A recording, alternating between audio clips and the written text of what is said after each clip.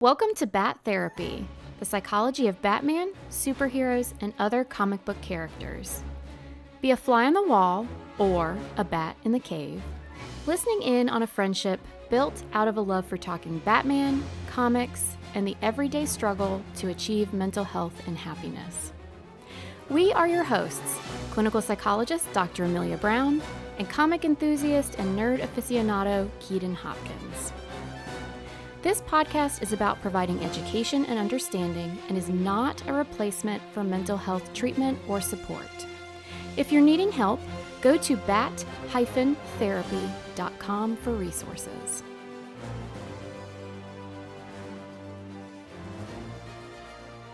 Okay, so because Keenan and I do whatever the heck we want, we're set shifting a little bit this week. So we're going away from our main theme for season 3 because we want to take a pause for Black History Month. So we're going to be talking about Captain America Truth, and also super exciting is we have a guest with us. So today we have Dr. Jordan Layne, who is a colleague and friend of mine. He's also a clinical psychologist like myself. And the reason he's here is he actually provides race-based trauma groups. So he's got some really great background that's going to help inform our podcast today. So Jordan, if you want to just say hello real quick before Keaton gets us started. Hey, everyone. Glad to be here. I love this podcast. I'm so glad that you two were able to get this off the ground and make it happen. And so I've been listening since day one and glad to be able to be on here with y'all. Yeah, I always let Jordan know, oh, here's an episode coming out soon for you. So he's one of my workplace people that's helped support the cause. Yeah, it's interesting because as soon as I gave the idea for doing something specific for Black History Month, Amelia told me about Jordan, and then I was like, yes, bring him on. If that's his background, that is absolutely perfect for this subject matter because we said we're going to be doing Truth. I think the full title's Truth, Red, White, and Black. It was a Captain America seven issue run in 2003 by Robert Morales, and it tells the story of Isaiah Bradley, who, if you don't know, is the Black Captain America. In the original story, this all takes place during World War II, but they also adopted Isaiah Bradley into the MCU for Falcon and the Winter Soldier. There's some differences there, but the character's still very much the same. The biggest difference is in Captain America Truth, like I said, it takes place during World War II. Mm-hmm. In the MCU, Isaiah Bradley's character was a Korean War veteran. Oh, that's right. I forgot that.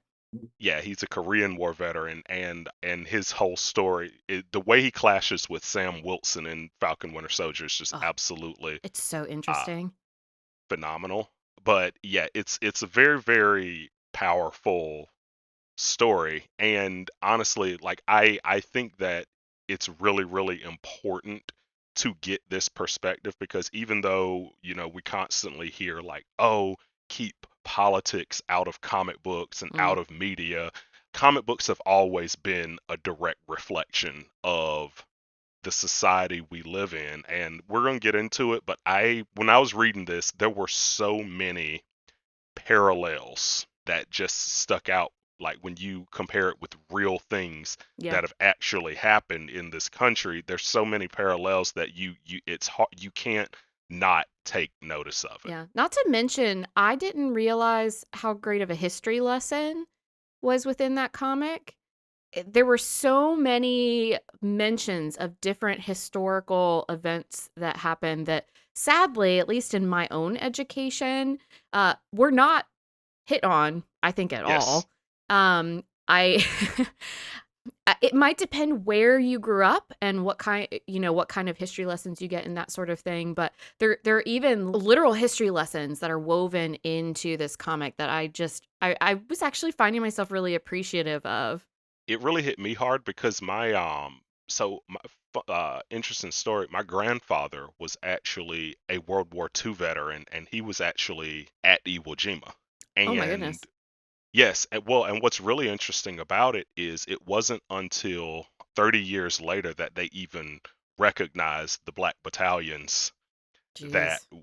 were there. And I remember the very first time I heard like a really big thing about it was when the Clint Eastwood movie Flags of Our Fathers came out, Mm, and there were no African Americans present in the movie. Director Spike Lee took serious issue with it because a lot of people didn't realize that there were in fact black soldiers at Iwo Jima, but they were not represented the yeah. same way. And so Uh, one thing you guys can't see is Jordan nodding vigorously to everything that Keenan is saying, which I want to just kind of throw out there that one of the things that really hit for me in this is if you've seen some of our YouTube stuff, you might know I am a white woman.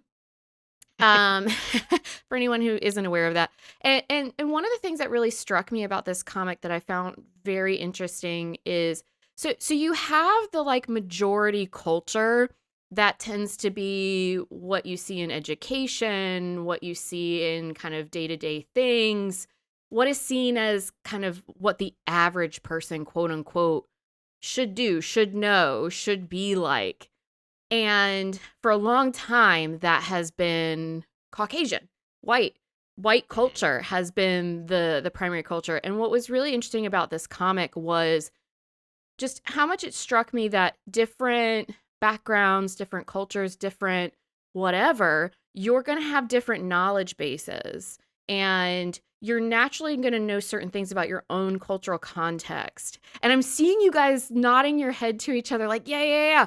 And me, it's newer information. And I think that's why these kinds of things are so important because if different groups of people don't get the opportunity to share, all you have is the majority culture and you miss out on all of these things that have happened.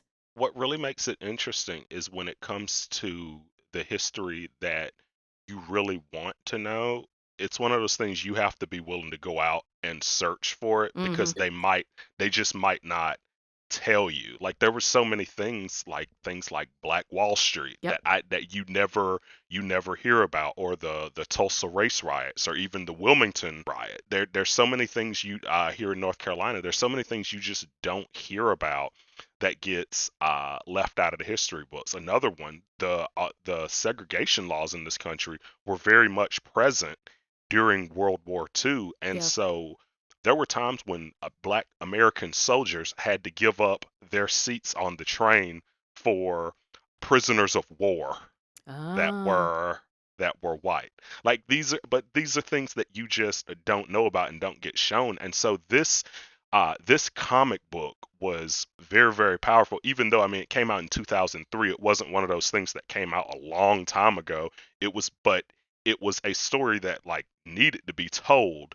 And even though it is a comic book, there's so much truth in it, just like the name is. It's Yeah. uh yeah, red, white, and black. It's a really powerful comic. Keita, did you see in the because I feel like when I was reading about just the inception of the story itself, Morales had said that there either way there had been some callback in their mind to like the Tuskegee syphilis experiments, and that being kind Yes. of woven in as kind of an underlying kind of callback theme to Yes. Yes, absolutely. It is a direct, I mean, I honestly looked at it as a direct parallel. And what's crazy about the Tuskegee experiment is I was thinking this was something that happened over a one horrible weekend, but this was something that happened over a period of 40 years. It went on Decades. Yeah. from 1932 to all the way through 1972, and it yes. was funded by the United States Public Health Service. Yeah. So we do have some listeners potentially in the United States who don't know the Tuskegee experiment, but we also have international listeners who might be less likely to know about it. So do you guys want to just kind of share a little bit more about what you're referring to? Yeah, Ian, you want to hit that? Yes. So the Tuskegee study was the United States wanted to figure out the effects of syphilis if it went untreated. And without telling African Americans, they gave 400 African Americans syphilis just to study the effects of the disease when left untreated. And it was it was 400 African American men, I believe. I don't think there Yeah. were any women, Although but their partners and some children got infected due to the lack of treatment and lack of right. being forthright with them about their diagnosis. Right. Yeah, they lied to them. They told them that the experiment was only going to last 6 months. It ended up lasting for 40 years, and then after funding was lost for treatment, they kept doing the study without even telling the people that they were never going to be treated. None of them were treated with penicillin, even though penicillin was around a few years after the treatment began, because penicillin was, I think, started being used in like 1947. And over 100 African American men died as the result of this experiment, and the United States did not formally apologize about this until 1997. It When I was saw it was President Bill Clinton. when I saw it was Clinton, I was like, it took us that friggin' why does it take us so long to apologize for really, really terrible things? So here's my thing.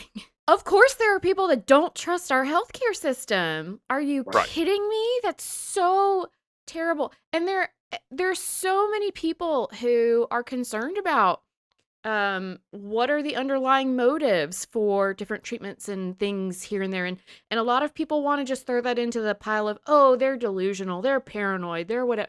This stuff happened.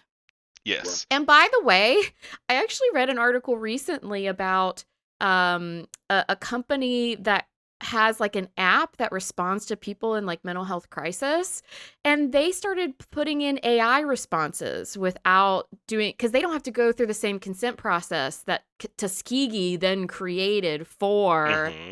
the healthcare systems. We have to go through rigorous stuff, but there are still ways for people to test things out and experiment without knowledge that of course creates this distrust. And unfortunately, who gets targeted? People of color and people with mental health conditions. Those tend to be two of the top picks. And it's just, gosh, what's so heartbreaking about this is when you think back on the times that this comic book was written and the real things that actually happened. I can't imagine being an African American in the military at that time Mm. fighting for this country, given what's happening there. And I honestly, I wanted to ask Jordan like about what it is specifically that he does in his Mm-hmm. groups.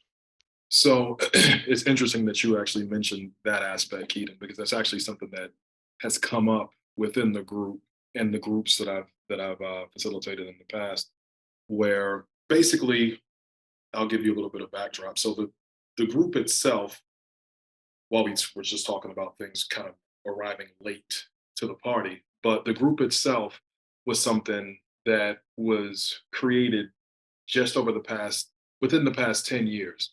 And it really was something for individuals of color who had experienced significant racial trauma, during their military service, for them Wow. to basically come together and have a sort of group therapy to address these things and to address them in a few different ways. So one of the biggest things that we found that was present, for folks of color that did experience significant racism during their military service in a variety of ways, whether it be things that were, threats to their physical integrity, things that were threats to their professional advancement, Mm. um, or just the day to day, microaggressive behaviors that folks can experience, that can lead to, just isolation, things of that nature. However you look at it on that spectrum, um, overall, a lot of folks felt, despite knowing that they weren't alone, a Mm. lot of folks felt alone in that experience. And so, they get out of the service, whatever branch it may have been, and they're carrying all of these negative feelings that were persisting, from their experiences, and not really having, you know, a source or an avenue, especially from a professional healthcare perspective, to be able to try to address these things and work on. And so it basically took, within this particular instance, it took one particular veteran and a trainee provider they were seeing, to actually kind of come up with the idea like, hey, there isn't anything that's really present right now that addresses these types of issues. So Gosh. how about we do that? And so through discussion with, folks that were further along in the field and some other professionals, that researched this area because, the work has been there. It just was something that there wasn't a lot of attention being paid to it even Yeah. back then. And we're talking about, the last decade. Right. We've seen a greater focus on racial trauma and the effects of racism, especially over the past maybe 5 years or so. But I mean, you guys think back to 2010. I mean, how much were you hearing about racial trauma? I mean, we knew it was there, but unless you were like an academic or someone that was choosing to seek out that research, the same way that Keenan, you were talking about us having to kind of seek out historical knowledge for things Hmm. that are relevant. If you weren't really seeking it, you weren't going to hear Yeah. much about Very it. And true. so finally, this group was kind of formed, and there's a multi-pronged approach to it. So the first element really consists of validating, giving all of these veterans a place where they can feel validated in terms of their experiences, and then not feel like maybe I was overreacting, or maybe it was just me by myself and nobody else is dealing with this, or why is it not significant enough to be acknowledged by anyone? It gives a forum to be able to actually address and have that validated. And validation is something that can go a long way, and it's something that, just in terms of a baseline foundation for addressing these kind of things, it holds some significant weight. So you validate the experience, then you also provide some education as well. So the groups will also tend to provide, different sorts of literature and what we call psychoeducational groups that kind of highlight what these kind of racial experiences or racist experiences are that they experience, like microaggressions, for example, Hmm. the different types of microaggressions. And we all hear that term microaggression, but there are actually different classifications and different types of microaggressions that we actually get into. I won't get into all that detail for this forum, but just these types of information elements that we provide on top of just some information on the negative impacts that these Mm. individuals have experienced because of the racism that they've had to encounter from a mental health perspective, from a physical perspective, like physical health, and how those things have kind of drawn out within their social lives, family lives, professional lives, things of that nature. Just giving education from that perspective as well. And then we try to address things from an intervention standpoint by trying to utilize what we call some, evidence-based approaches to treatment, things that have been proven with research to, have some more beneficial responses by, whoever it is that's in treatment, whether it be things like, cognitive behavioral therapy, cognitive processing therapy, things of this nature. Again, that I won't get into too much depth with and bore you guys with all of that jargon, but we introduce some of those elements as well to give folks a way to try to combat some of the negative things that kind of persist as a result of what they've experienced, whether it be, certain types of irrational thought processes for themselves and ways to kind of counter those things, or irrational ways of viewing the world. And some of those irrational things, and I'm using quotes, air quotes with my fingers, but a lot of these things that develop some of these belief systems, some of the, even like the paranoia or the suspicion that we were talking about earlier in terms of Right. like healthcare treatment. These are things that, in some situations, it can end up just being paranoia because there might not be a threat, but it's grounded in something that is valid because of what Right. they've experienced from a historical perspective. There's a So, reason there's a higher attunement looking for that sort of thing. exactly, Right. Yeah. exactly. So, trying to identify and again validate the basis of the suspicion or the paranoia, but also trying to help them be able to better navigate, okay, what is really occurring here versus what am I just basing, on previous experience Mm. without any knowledge of these current circumstances. And how can I kind of, you know, navigate those waters in terms of making an informed decision based on what's in front of me and not just what's occurred behind me. And then the other element that we also try to do is provide a level of empowerment. So, one of the things that we see when it comes to racism is there's a certain level of dejection, lack of self worth, lowered self esteem, lack of power, just all of Yeah. these things that make an individual feel less than. And basically, the group itself tries to assist individuals in finding ways to establish some of that empowerment for themselves Mm, by and you know these things can vary based on an individual. Not everybody is going to have the same sort of approach to something that's going to be empowering for them. So Keaton, maybe something empowering for you might be protesting against something that you want to Right. stand up for from a civil rights perspective. And maybe for me that wouldn't do it, but maybe I want to write something to local lawmakers or congressmen about certain issues that I have a problem with, or doing something more active in the community that I feel could provide some sort of assistance or benefit to my community as a whole, from a cultural perspective. mm, So, there's various elements that we try to introduce, and we try to foster an environment as well where folks can come up with some things for themselves that they may enjoy doing, and then not just being like, well, do this, and this, and see what works or see what you enjoy. We may provide some things as an example, like, hey, here's a list of some things that some folks do, but is there anything else that you may do now, or maybe you did in the past that you felt, could be more uplifting for you, or made you feel like you have a sense of agency, something along those lines. And so those are that's kind of the flow of what we do within that group. And then hopefully, those individuals, what we've seen is that those individuals tend to not only utilize this for themselves, but also spread the word to others as well, oh, cool. whether being encouraging or also bringing others to the group that may not have been aware of something, and like, yeah, I got another buddy that's been wrestling with this same thing for 30 years, so Hmm. I told him about it and he was like, oh, I didn't even know something like that existed. Let me come, on and on it goes. So Yeah. that's that's kind of what we do in a nutshell, from a group perspective. Wow. That's really awesome. And the thing is too, it's all of the different perspectives that you get and you have to deal with. And I think they do a really good job portraying it in the comic too, because the Yeah. comic Yes. follows three different black men, and they're all in different areas of life. One of them was I believe he was a captain that got demoted Mm, into a sergeant. So he was already in the military. He had some facial scars from World War One, and so he had Mhm. already been fighting. And then there's Isaiah Bradley, who had just had a baby girl. He had a wife. Then the third person, Maurice Canfield, he is someone that is a protester. He's mm-hmm. fighting for civil rights of all kind, because when he gets in trouble, it's because he's trying to get companies to unionize, and Yeah. he gets attacked. And all three of them end up getting enlisted into World War II. And one of the heartbreaking things about it is Sergeant Luke Evans, the one that was already in the military. Right when he gets ready to get enlisted, he was getting ready to commit suicide.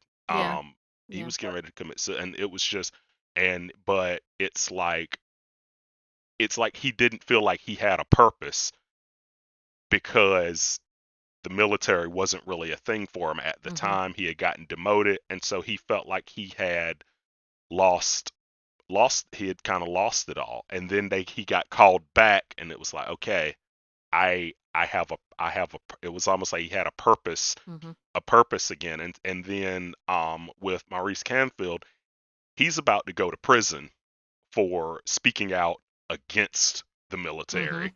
And the judge says, hey, you can either go to prison, or I'm going to make you join the military. Yeah. And so that's how he ends up there. And so it was really interesting how they gave three different but very real Mm-hmm. perspectives, because I do like it made me think about when Muhammad Ali refused to go to Vietnam. Mm, Right, Yes. he was the champ, but he refused to go to Vietnam, and he had some choice words when they asked him why. But Uh, he was like, no one in Vietnam's ever been racist to me. right. Everything I experience is right here.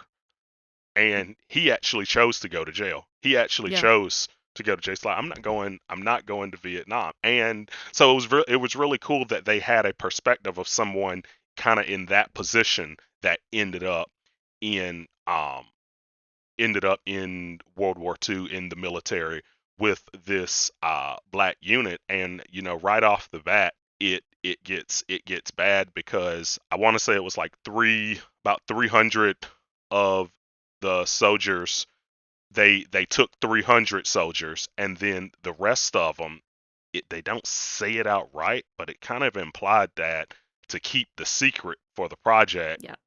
they just killed them. They have Right. heavily implied that, okay, we only need this many, Right. and they shoot the rest. Yeah. Yeah. It's and unfortunately, once again, there are certain groups of people that tend to be picked for this more likely than others, but we see it throughout history where there are times that we do not treat people as people. We treat them as lab rats. And I know there are people out there that also don't approve of lab rats being treated Right. as lab rats, of Right. course.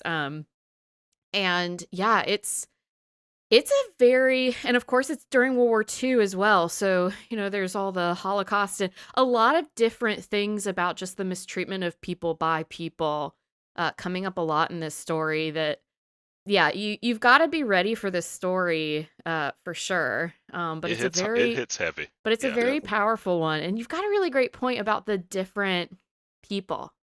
Hmm. And yeah, you a lot of times have like different generations. Like you had someone who was more career military. You have people newer, you have people that more kind of take that role in as their identity versus others that are just kind of forced into it. And that's a really great point about just the interesting way of how does everyone react and respond to the terrible things happening to them.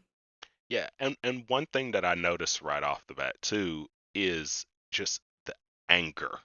The Mm, Yes. anger of the black soldiers, like some of the third party characters that you don't really even get to see a lot of, but there's so much anger that's there because of the racism that yeah. they have encountered at home.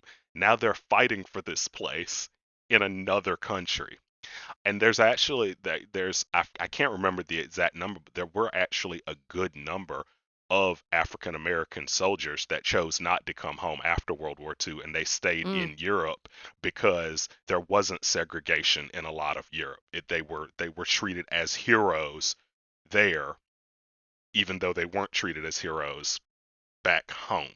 And so all of that just resonated throughout this comic. And even like I said, even though it's fictional, there's so much of it that draws parallels to real things yeah. because they do these experiments on them. It's brutal. You see a lot of them actually die, and by the end I only think it's like 5 or 6 of them that Right. the serum works on, and then slowly they get killed off, and some of it is because of the side effects. Hmm. Like one of the most heartbreaking things is Maurice Canfield's character, the one that was like the protester that was about to go to jail and chose not to, back home.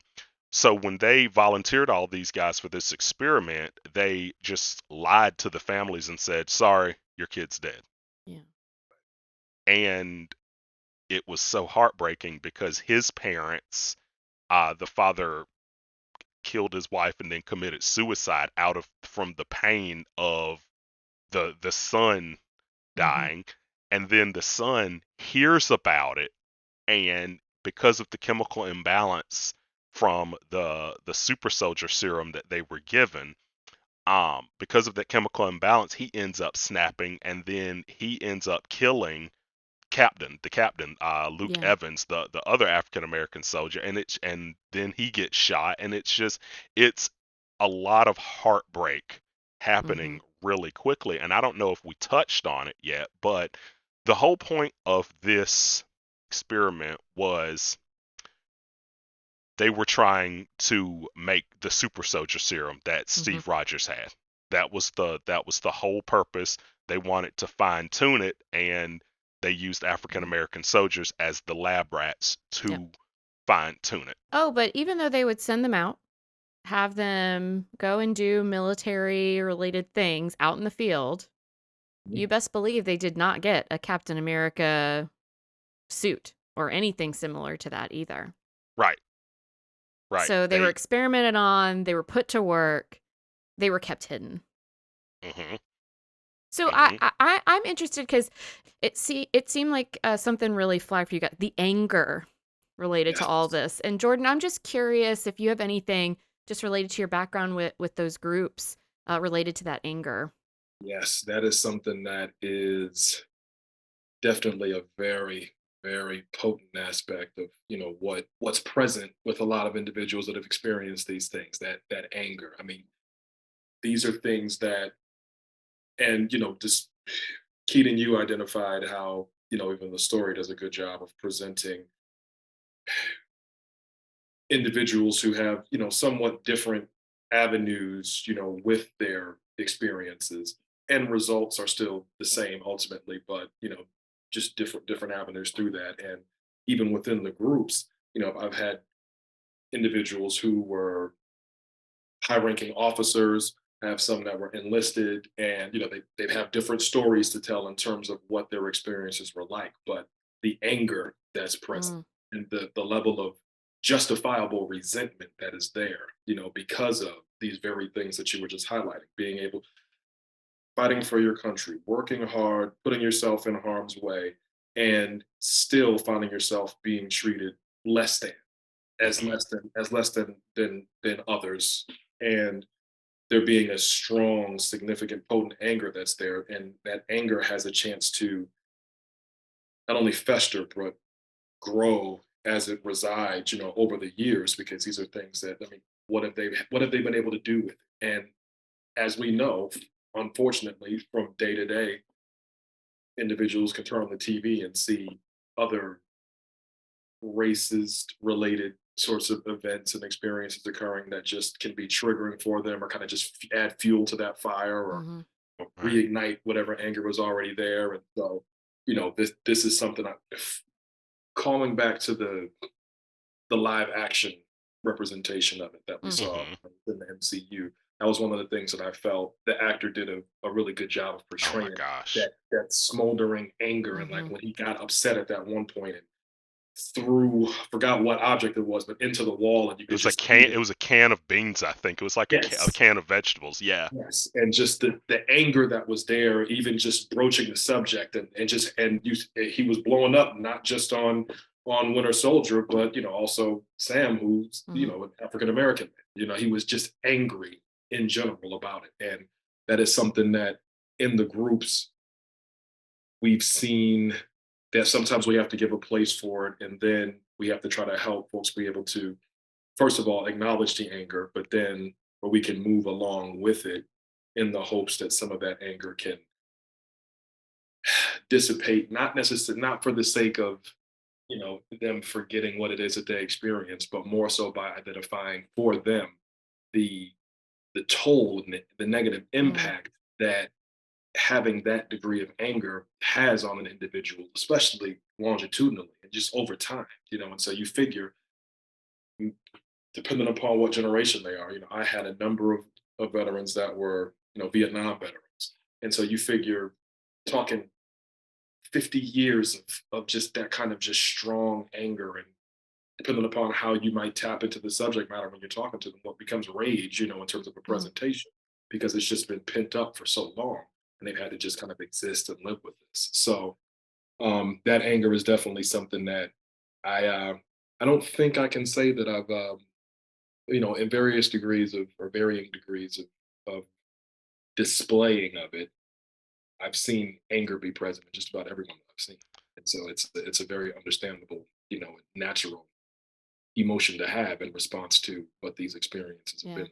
Well, I mean, think about what anger is meant to do. It one of its main purposes is to highlight there's a disconnect, there's an injustice, there is an Yes. issue here, there's a lack of fairness or equality, or there is something wrong, and it's meant to energize us into action and make things right. And then you're up against this giant system, Mhm. and so the anger has nowhere to go. Yeah. Exactly. And Carl Lumbly, he really portrayed Isaiah Bradley Mm, well, in that, and it was funny because as soon as I saw who was playing him, he also voiced Martian Manhunter in Yes. Justice League and Justice Yes. League Oh, Unlimited. Yeah. Yes. And then he also played Martian Manhunter's dad in Supergirl. He came back and played oh, cool. his I didn't his realize dad in that was Supergirl. Yeah, and so it was really, he's like, I almost put him up there in like nerd royalty, and I was really excited when they announced that he's actually returning for Captain America: New World Order, the Yep. next Captain America movie. Awesome. So they are bringing him back, but I mean, it was just his story was heartbreaking, and it differed from the book because in the book, it parallels it in the way where he does this mission and the government just locks him up because Isaiah Yeah. Bradley essentially he goes in, he accomplishes this mission that was seemingly a suicide mission. They sent him in there to die, and he lives, and they lock him up and give him life in prison for stealing the Captain America suit in the comic. And he's in prison for like 15 to 20 years, and then he gets pardoned on Eisenhower's last day in office. I think Hmm. that's what they said. And after that, he does go home, and in the comic, it's so unfortunate. The side effects of the super soldier serum has left him with a childlike mind. And he was also in solitary confinement, I think they were saying, for Right. a For like long time. 17 years or Yeah, something like Yeah. that. Yeah. So that combination of things just broke his mind. Yeah. yeah. And at this point, I'll tell you one thing that was interesting, that because I didn't know how it was going to go down, they actually do bring in Steve Rogers. Hmm. I actually And love that they do that. yeah, I do. And it was I liked the way that they did it too. The Yeah. the way that I think that he handled it, like his reaction to it, he was appalled, Yeah. as he should be. And honestly, it kind of, reading this story, it made me, and seeing Isaiah Bradley's character in Falcon and Winter Soldier, it made me upset that we never got that from Steve Rogers in the Hmm. MCU. Like, Right.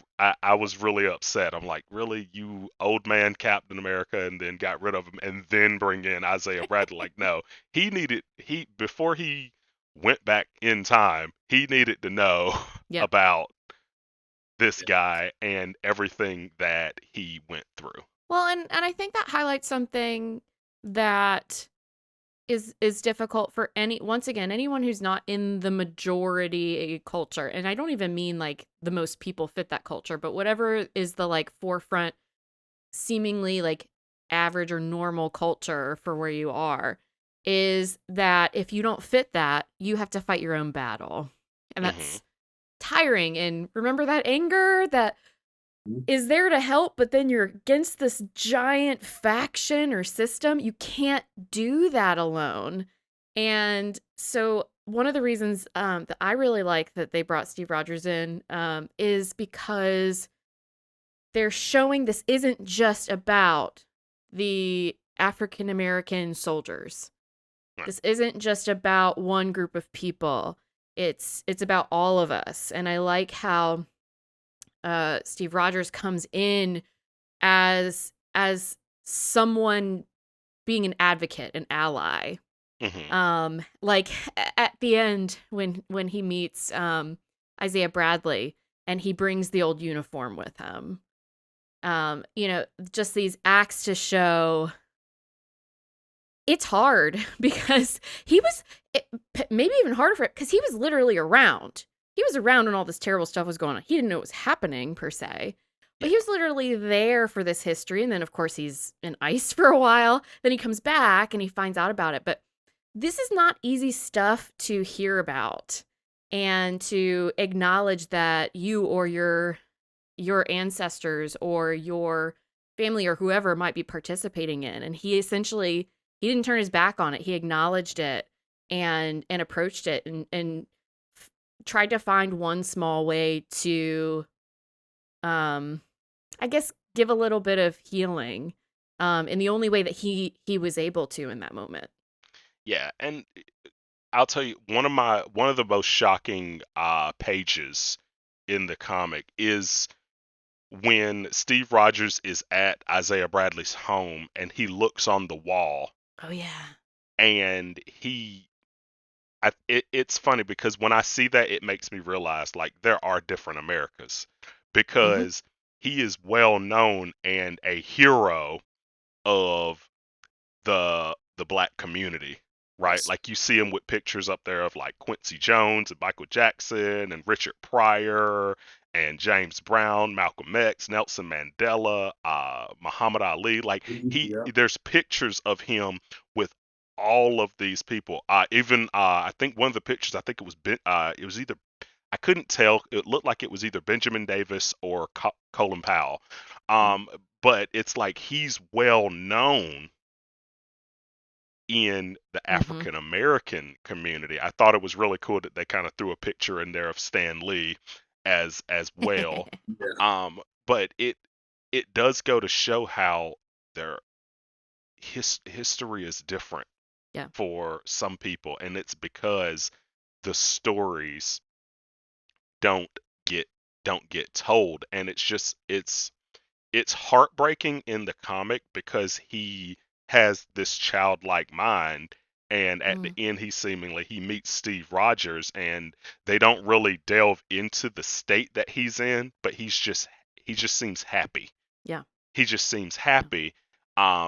And I personally took it as because of the effects that it left on him, because the real Isaiah Bradley I think would be closer to what we see Mm. in Falcon and Winter Soldier, filled with rage and, honestly, screw this country. Like that's Well, because that is an Isaiah Bradley aware of what has been lost. hmm And what you're saying about the different cultures and different histories, I think is just so poignant.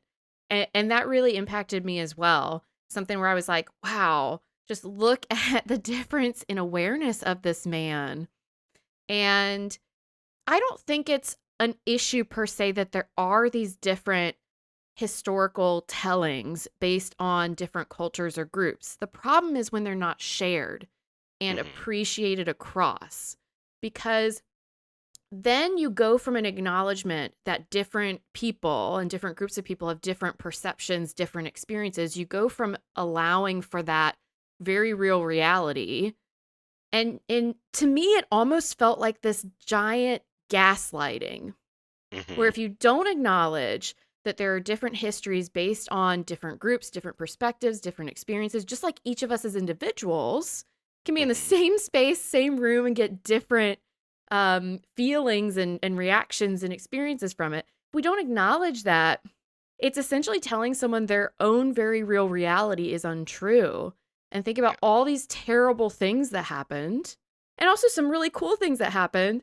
And then the white culture is saying it didn't exist. I mean, yeah. that seems like the very definition of gaslighting. And the one thing I did really love about Falcon and Winter Soldier's ending versus the ending in this book, because the ending in this book, it's like, look, he meets Captain America and he's holding his Mm, battered uniform. But in Falcon and Winter Soldier, like Sam actually makes it right and sets up an exhibit for him that's true.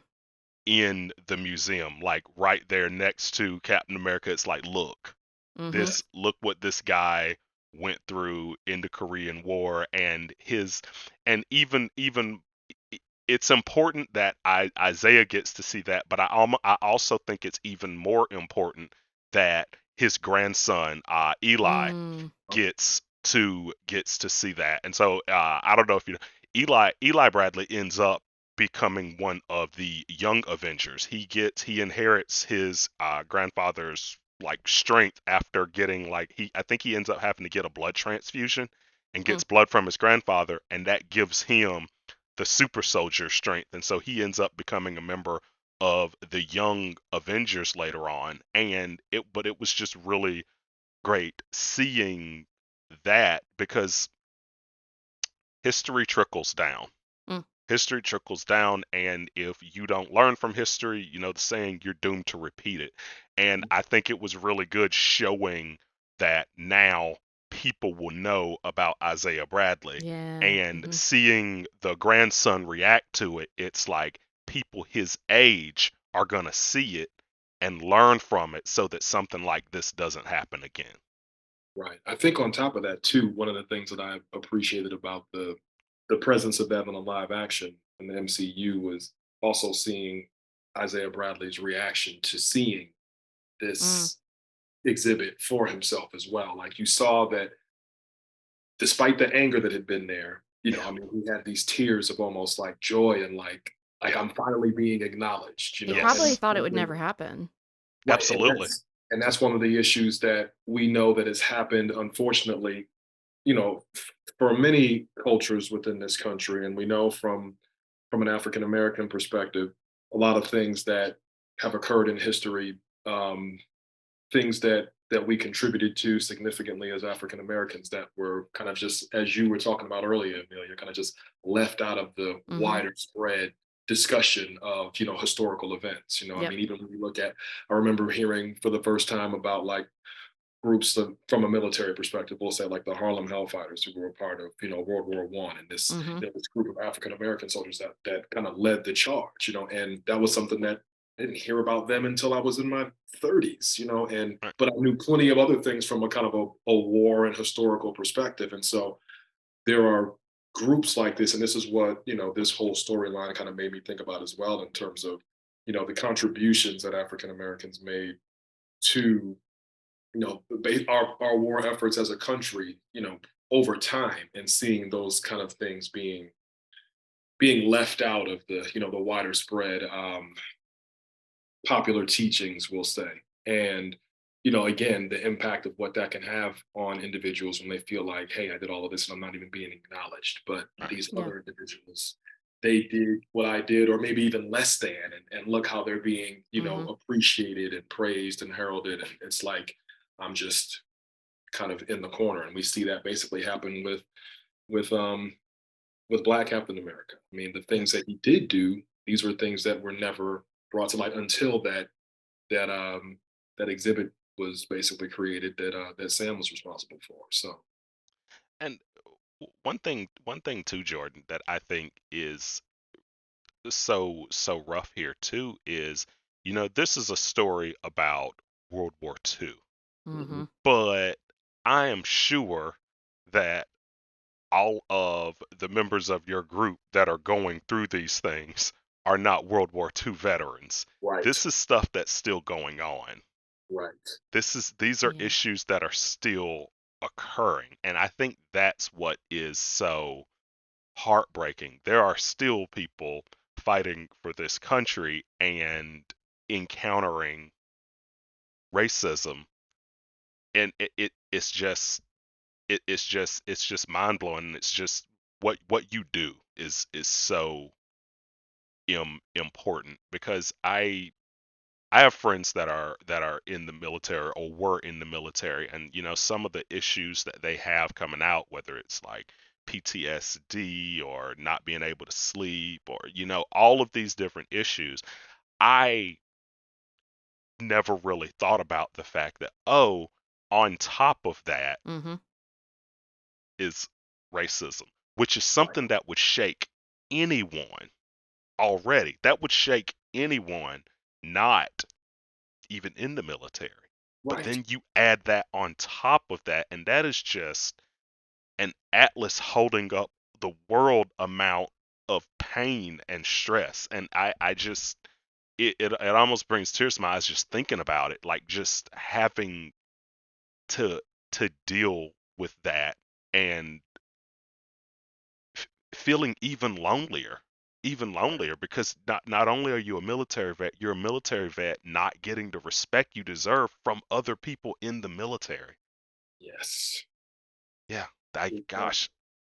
yeah, that's what I think makes their experiences so complex, because just like you said, there are so many different aspects present Mm. to their pain. And even when you look at how racism itself can be present, whether it be the environment, whether it be the different types of racist behaviors that you experience, the ramifications or the consequences of those behaviors that you experience.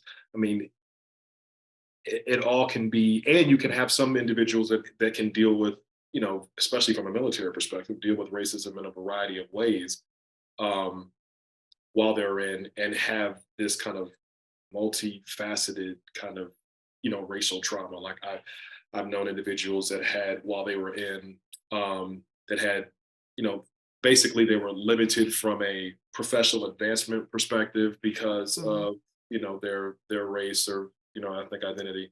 And then they also experience, some sort of, physical assaults because of it as well.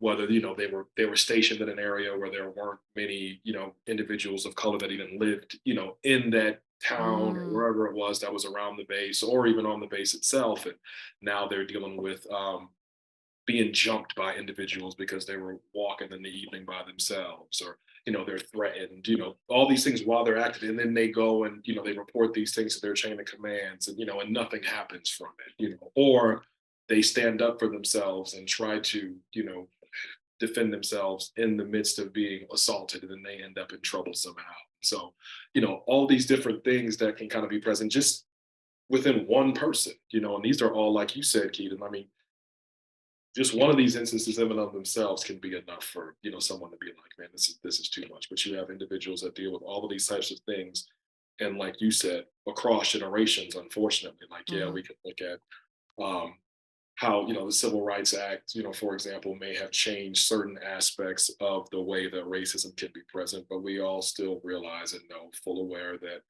racism still exists. There still are ways for there to be things like institutional and systemic racism, Mhm. and so even Plenty of though ways that people find to misquote Martin Luther King Jr. exactly, Well, exactly. I mean, and yeah, exactly.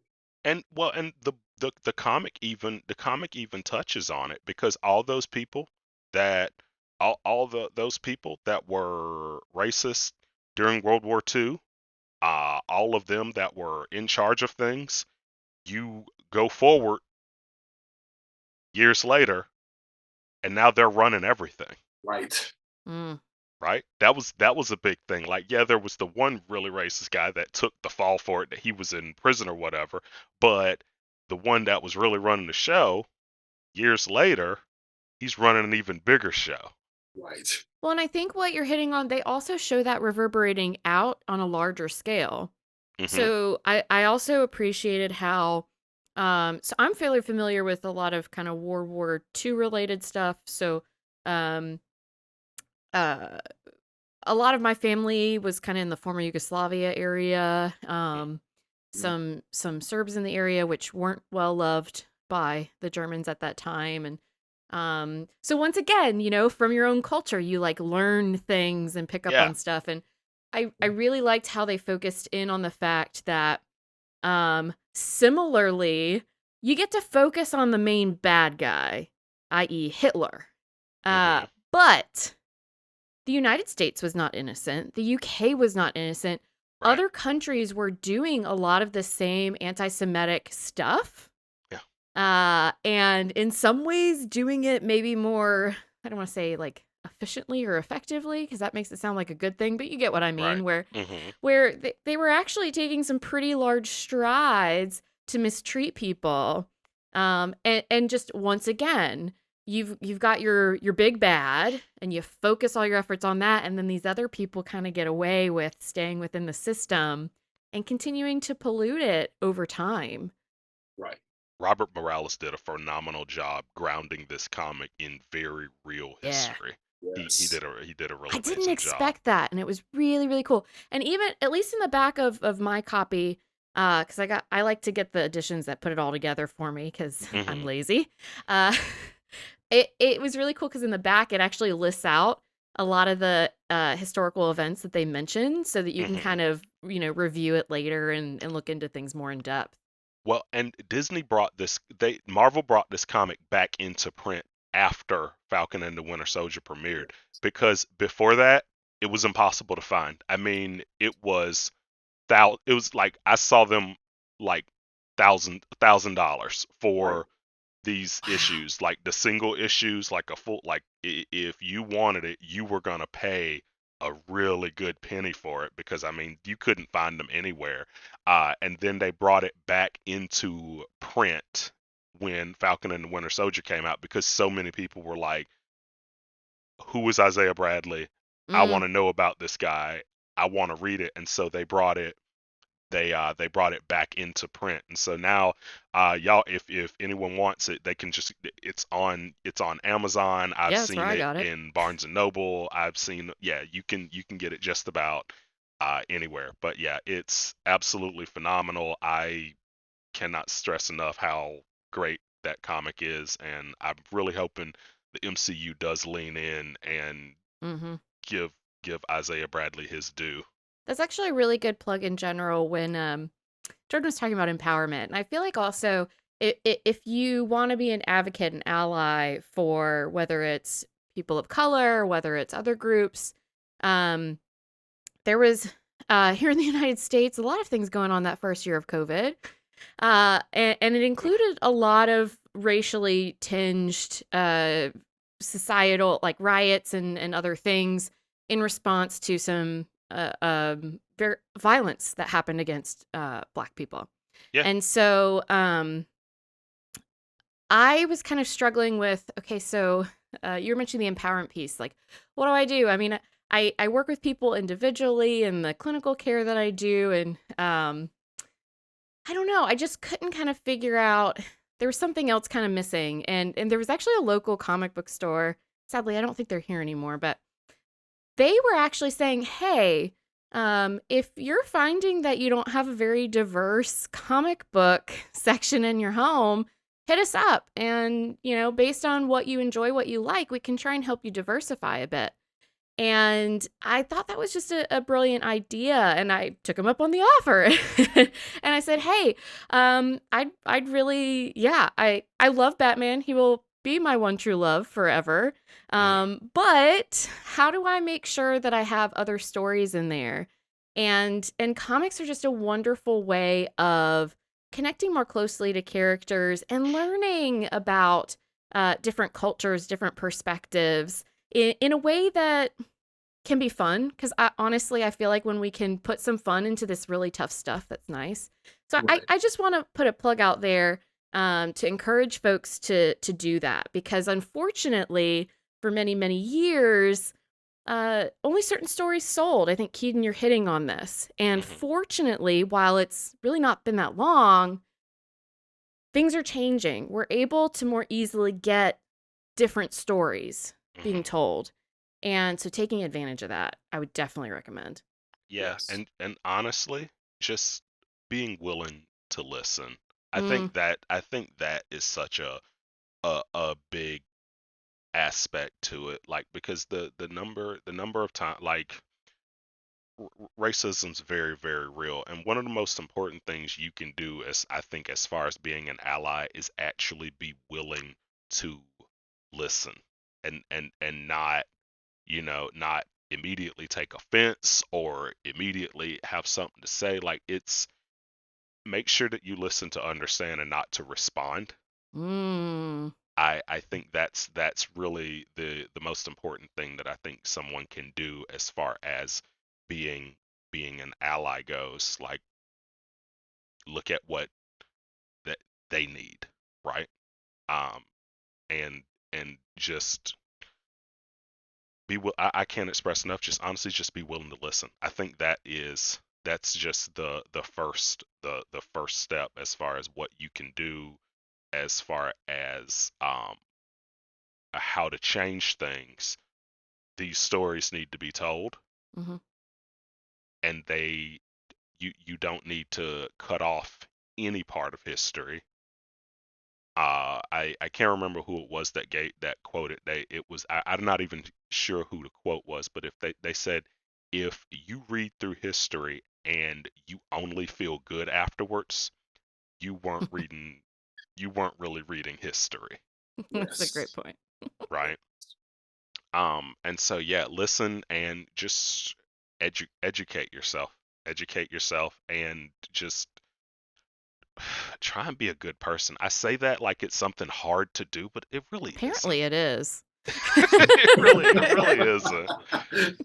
It really isn't. Well, Gosh. Keaton, I feel like what you're saying too is something that we definitely hope for. So, to give you all a little bit of additional kind of more specific insight. So, one of the things, even from an empowerment perspective, that we do within the groups, like I mentioned on the kind of intervention side of things, doing things like introducing, cognitive behavioral therapy, aspects. But something else we also do that is kind of two pronged, where it's kind of intervention based, but also empowerment based, is we come up with different types of scenarios that folks can role play for Mm, various types of microaggressive experiences they may encounter.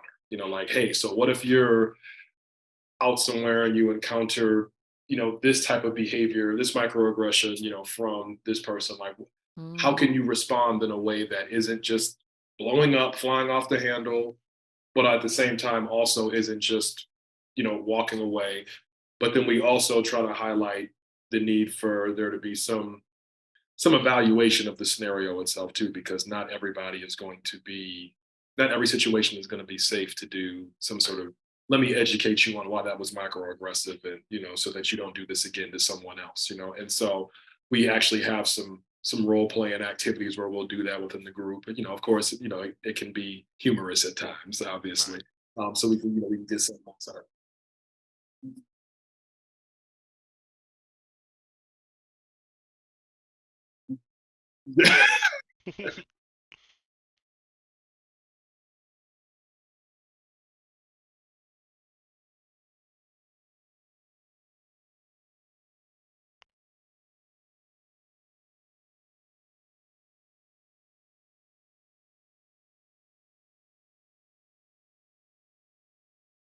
Right. Exactly, exactly. Because I hear so much. One of the things that you hear, just in terms of the day-to-day types of experiences that folks still struggle with, you hear about these situations that they encounter, and they didn't respond in a certain way, and then afterwards they're kind of just milling on it for however long. Like, oh, I should have said this, or I could have said, or what if I had said this, or what if I had done that? And it was because they didn't feel prepared when the situation arose. Sometimes that can happen regardless, because how many of us are walking around with just at the ready for every experience possible? Like, I got a good response for that. I mean, sometimes we're going to be caught off guard. It's just, that's just the nature of being a human being. But for certain types and kind of categories of experiences, again, with that kind of information and awareness and kind of education on, okay, where does this fit? On top of, like I said, kind of an evaluation of the circumstance itself, it at least can reduce the likelihood of there being this kind of, as we say, the word perseverate, but this kind of just being stuck on and going over and over again on this kind of, oh, I should have done this, or I should have said this, or I can't believe I didn't do this or that in that situation. And so the thing is, as we help give people more material and empower them with additional responses, it gives them more, a lot of folks more courage, and just allows them to have more of a sense of agency in terms of how they're going to feel in response to certain situations, where there's a realization that, hey, yeah, racism isn't going anywhere anytime soon. We can't eradicate it with just one pill overnight. But for those folks that may be open to being like what you mentioned, Keaton, in terms of someone that's willing to listen and hear, and want to be educated, even if it is in the moment, if it's an uncomfortable or kind of embarrassing situation for them because they didn't mean to do whatever it was that they did, that might have been, we'll say, microaggressive, and they didn't realize it when they did it. These types of more kind of daily, more regular situations, as opposed to these larger kind of scale, big offenses, Yeah. just being open to that education, if and when it does occur, can go a long way too, as opposed to just being defensive and then being like, well, I didn't mean it that way, that's not what I wasn't trying to Right. like. But hear what the individual is saying in terms of why Hmm. it was perceived that way, and what may have been ignorant on your part, that led to the offense that is now being taken. That kind of openness can uh, can definitely go a long way. I think one other thing too, I kind of wanted to highlight, because I know you mentioned on one side of it, Keaton, in terms of and Amelia, you were talking about this too in terms of what folks can do on the advocate side. But I know even in terms of folks that are on the experience side of it, Mm, one of the things that, as I mentioned in the beginning, is so difficult about this that kind of leads to it having a chance to fester and kind of just perpetuate over time is not having that, like you said, Amelia, that safe space. And we're not all going to be privy to having like a large group of friends where we can just, hey, let's, or even have, maybe, mental health professionals where we live that we can just, hey, oh, you have a race-based stress and trauma group. Let me come check it out because not everybody's going to have these kind of things. But sometimes, things, even in terms of being able to be with folks that, even if it's just a couple of people that can relate or it'd be a safe space for you being able to discuss these things, some of these experiences, to whatever degree you feel comfortable with, and however safe you feel with those individuals, that in and of itself, can be pretty powerful. It's one less aspect of that kind of perpetuation machine being present, because now you've been able to kind of share and have this information be met by individuals that care about you and that it's a safe space for. And so again, I know that's not necessarily going to be possible for everyone, but if you do have that opportunity, it's something that's kind of the first step. Sometimes is being able to actually discuss some of this stuff, disclose it, or disclose how you're feeling. And and mm, and here's a well-kept secret, although I mean not an on purpose secret, but I think what you said was just so poignant. Listening to really hear someone and understand them, not to respond. And I think Mhm. sometimes folks get understandably intimidated because what do you say? What do you Right. say to these terrible things that happen that you can't fix? And here's the here's the well-kept secret, I guess. I'm a therapist. You know what's sometimes going on in my head? I have nothing. I have I Right. I I have nothing to help this person with this. But what do? I check with myself and I say, "Well, not every moment's a moment to try and fix.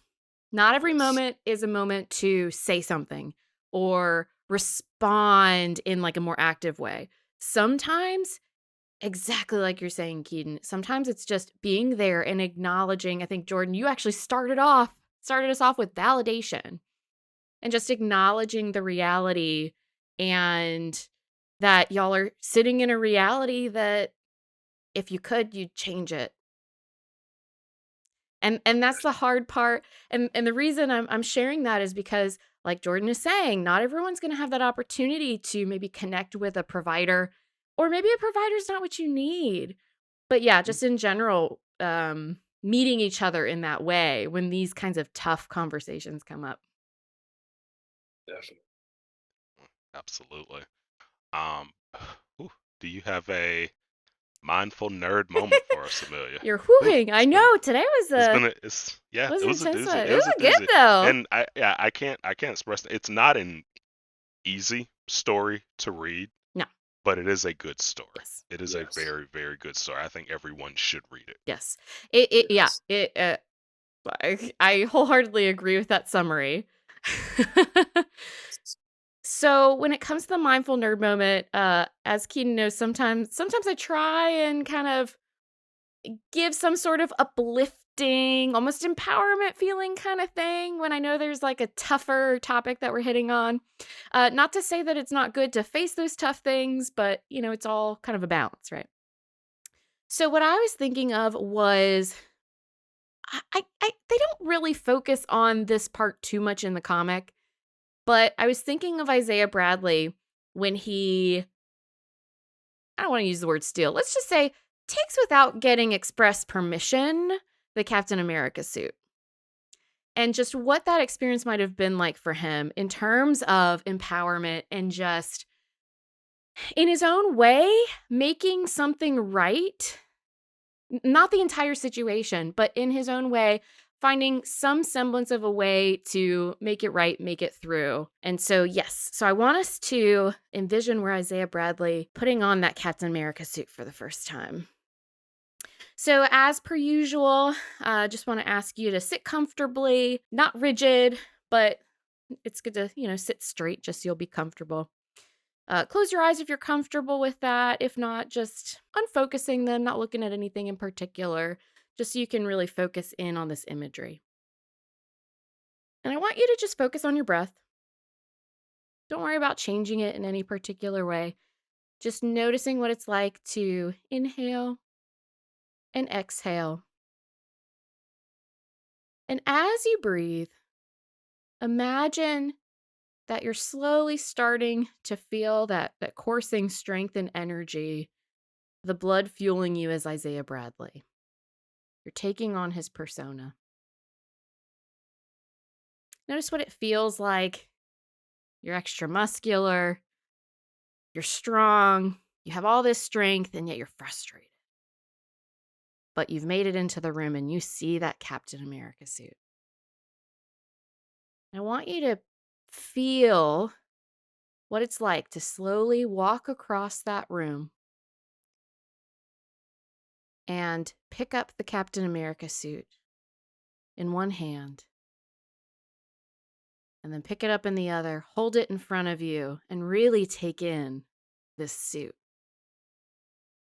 The feelings it brings, the sensation in your body at just being able to hold this symbol, knowing what you're about to do. And you want to take in this moment. And so slowly, you put it down so you can, one foot at a time, put yourself into the legs of the suit, noticing the feel of the fabric as you pull the suit up your legs, past your torso, and maneuver each arm slowly into the arms of the suit. And you just kind of move around a little bit, make sure it's all adjusted. And wouldn't you know it, it fits perfectly. And you know you're going to have to go in a minute, but you know what? You don't get to take very many seconds to yourself. So you just really take this in, the feel of the suit and the recognition of what it's going to mean when you walk out that door, when people see you in this suit. And you take one deep breath in and exhale that breath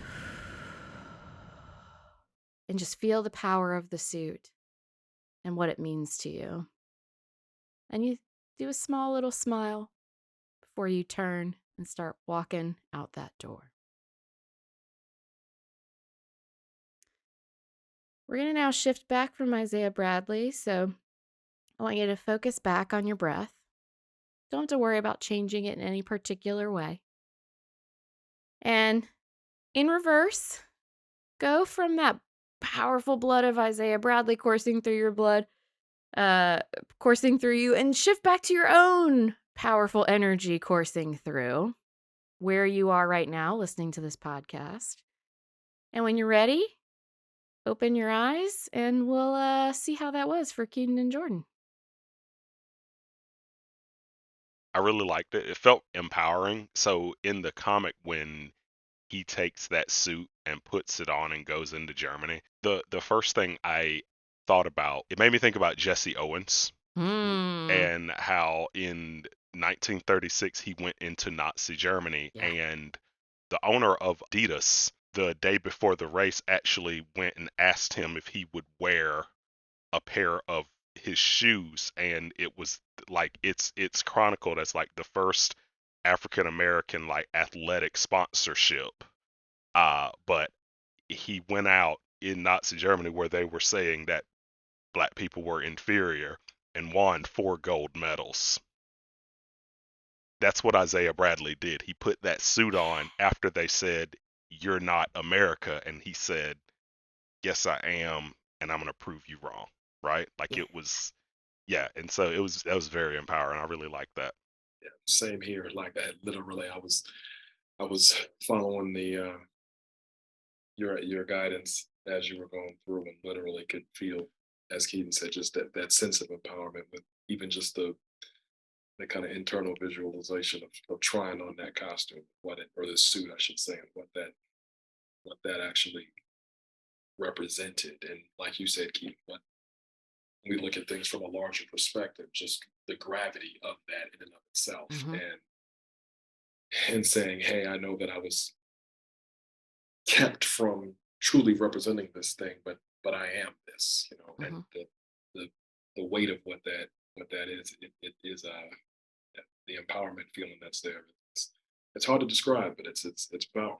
Yeah. Mm, it really is.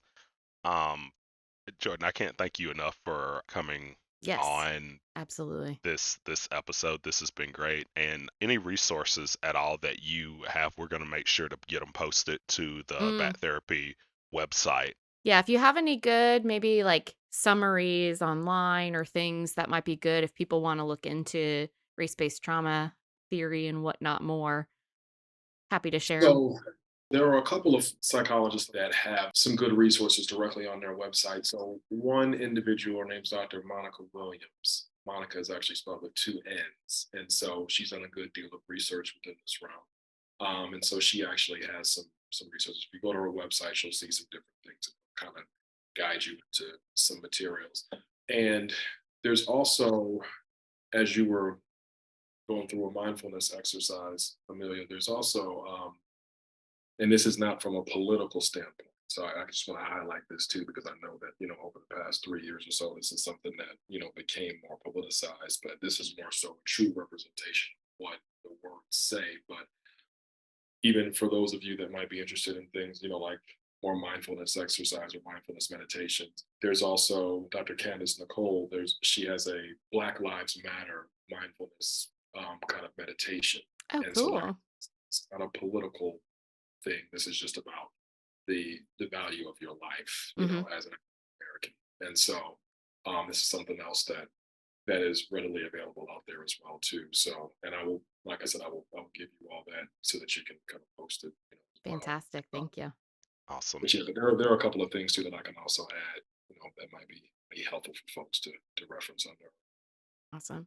Well, definitely appreciate you joining us. I joked with Jordan; he is our guinea pig in terms of guests. I think even in posting these episodes, it's probably going to be the first guest appearance. We hope to have more this season. But yes, Jordan was our guinea pig. It just fit perfectly. So hopefully, it wasn't too painful of a process for you.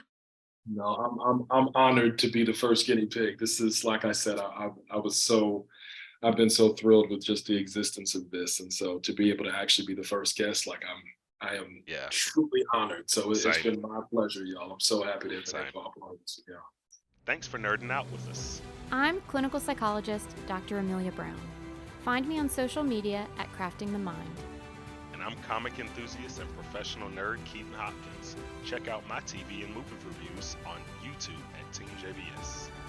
Check out our website at bat-therapy.com, our Bat Therapy YouTube channel, and follow us on social media. See you next week, same bat time, same bat channel.